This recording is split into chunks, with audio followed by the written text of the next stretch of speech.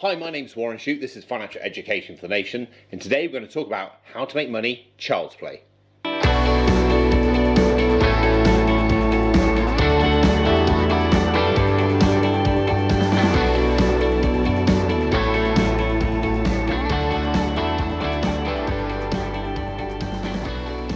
This episode has been sponsored by Idealo, the price comparison website.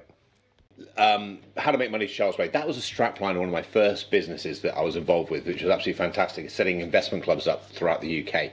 And if any of you guys are watching, please get in touch. I'd love to say hi to you. It's been a long time. We had some good times and some good fun. But learning how to manage money is just like learning how to walk.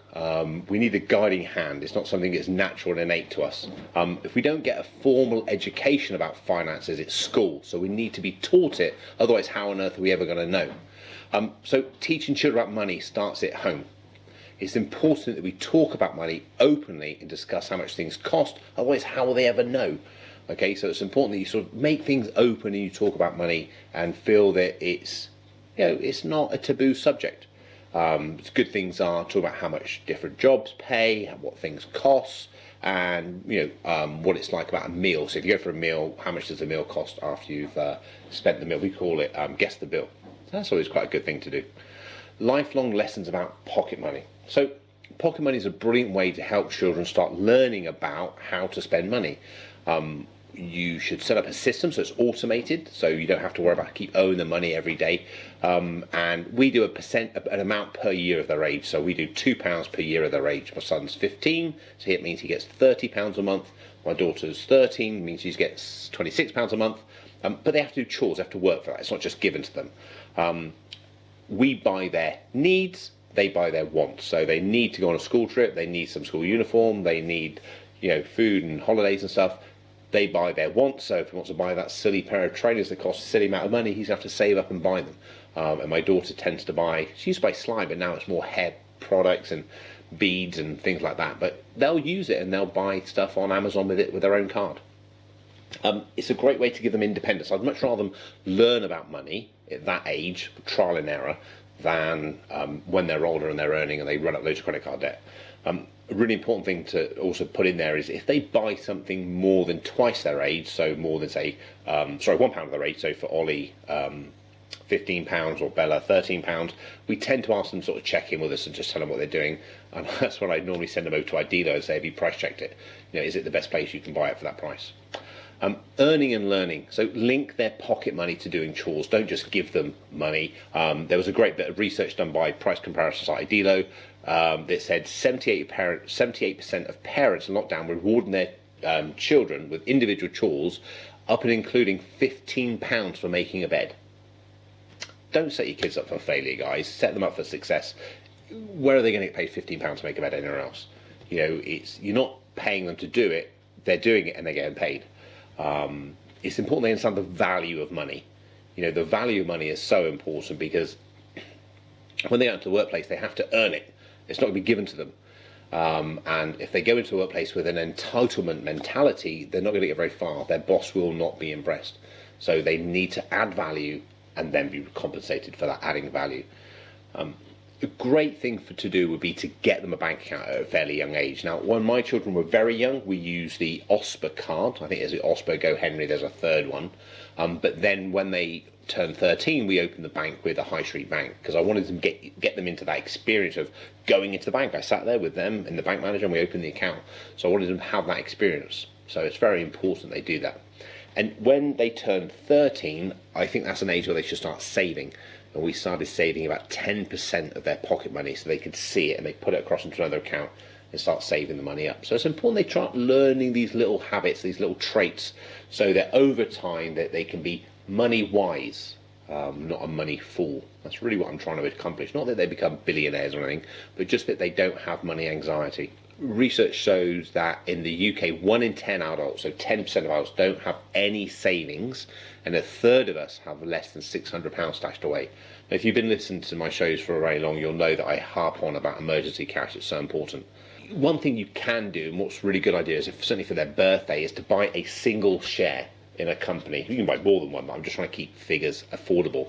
But buying a single share in a fund or a company engages them in the investment process. They have some kind of experience. It also makes them a little bit more worthy of what's going on. So it's quite a nice little thing to do, and for grandparents it's a wonderful thing to do. And then check in every year on how that's doing. It's quite nice. I remember my daughter's been doing it for many years now, and we were on holiday a few years back in America, and we was in a bank, and there was the ticker going across the top, and oh, there's Facebook. You got Facebook, haven't you? Oh yeah, there's Apple. I got Apple. So they could see what they actually owned. But it's quite a nice way of doing it. Now, for some of you, financially that won't be affordable, and I respect that completely, but it doesn't stop you doing it. You can go to the London Stock Exchange, and there's a virtual trading platform on there. You can virtually, as in pretend, buy a share and do exactly the same thing. Check in and see what it's like. Now, student loans, I get lots of questions on student loans. They're a necessary evil. There's two things that I think you should borrow money for, and that's an education and a house. Everything else you shouldn't really borrow for. That includes a car. But with regards to student loans, you're going to need to them, but you can help yourself out by planning before you go to university. So put a plan together, know what's going on, so know what you're likely to spend, and then you're not going to get yourself into too much debt. We've got a cash flow on the website, a whole student guide pack on the website. So go to warrenshute.com. There's a whole guide on there for students going off to university. It's live now, but we'll update it with the new figures coming up. Going away, if they've not had any experience with money, it can be a big daunting thing, and it can very easily get carried out away by just going down to the student beer hut and just getting drunk all the time. Saving for your home, your house deposit. Now, I don't feel there's any rush for this. It might be contrary to what a lot of financial advisors say and stuff like that, but there isn't any rush for this, okay? Do it at your own speed. One thing I would say is make sure you've got at least 3, preferably 6 months of your expenditure after you move in, okay? That's far more important than getting on the housing ladder and losing your job and getting rid of it. If you're going to buy a house, definitely consider the lifetime ISA. You can put £4,000 in there per person, get £1,000 bonus or 25% bonus on your money, and that's for each of you. If you're buying it as a couple, you can each do that, and that's from age 18 to age 40. Also remember, if you're getting some money gifted from a parent or a grandparent and stuff like that and going into the house, consider a deed of trust to protect that money should that purchase or that relationship, so say, fall apart and the purchase, the house be sold. So a deed of trust will protect any money gifted from a family member going into a house purchase. But if you save the full £4,000 into an ISA from 18 to 40, you could accumulate over £32,000 in bonuses of tax-free money from the government. So it's definitely worth doing. Lifetime ISAs, leases. And then kind of making a millionaire, the kind of last point I want to touch on really. I see lots of children receive lots of money and stuff like that, and it's great, okay? And as parents, you want to spoil your children, I understand that. But particularly if you're thinking as a grandparent, one of the greatest gifts you can do is make sure that they're secure later in their life. They've got to find their way during their working career, get their job, earn their house, and go through their life, but then when they get to retirement, they've got a secure retirement, they can enjoy it. So consider starting a pension for any child, okay? So you can start a pension from a newborn baby. You can put it up to £300 a month, £280 I think it is, £260, sorry, before tax. So it's £300 gross. And that grows tax-free, and they can access it from their state retirement age, which will be about 57, 58. They can't access it to buy a car, they can't access it to buy a house or go on holiday. It's for their retirement.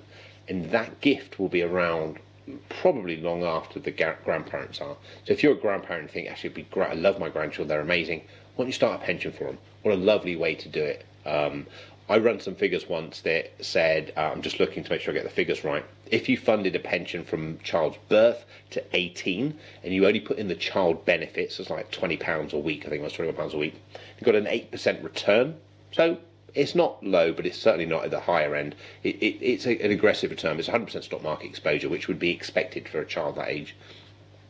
You'd be looking at a pot over £2 million when they reach 68, which would be their state retirement age. So that's £2 million on 20 quid a month. £20 a week. So yeah, consider it. Just do what you can. It's a great gift you can give your children when it comes to their money skills, because you're sorting out a future risk that they have as opposed to a present need. The nutshell is, spoil your children with love. Don't spoil with them money. teach them how to be fishers as opposed to giving them fish.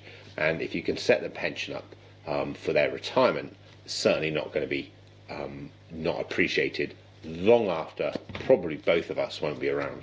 So it's a nice gift you can leave them.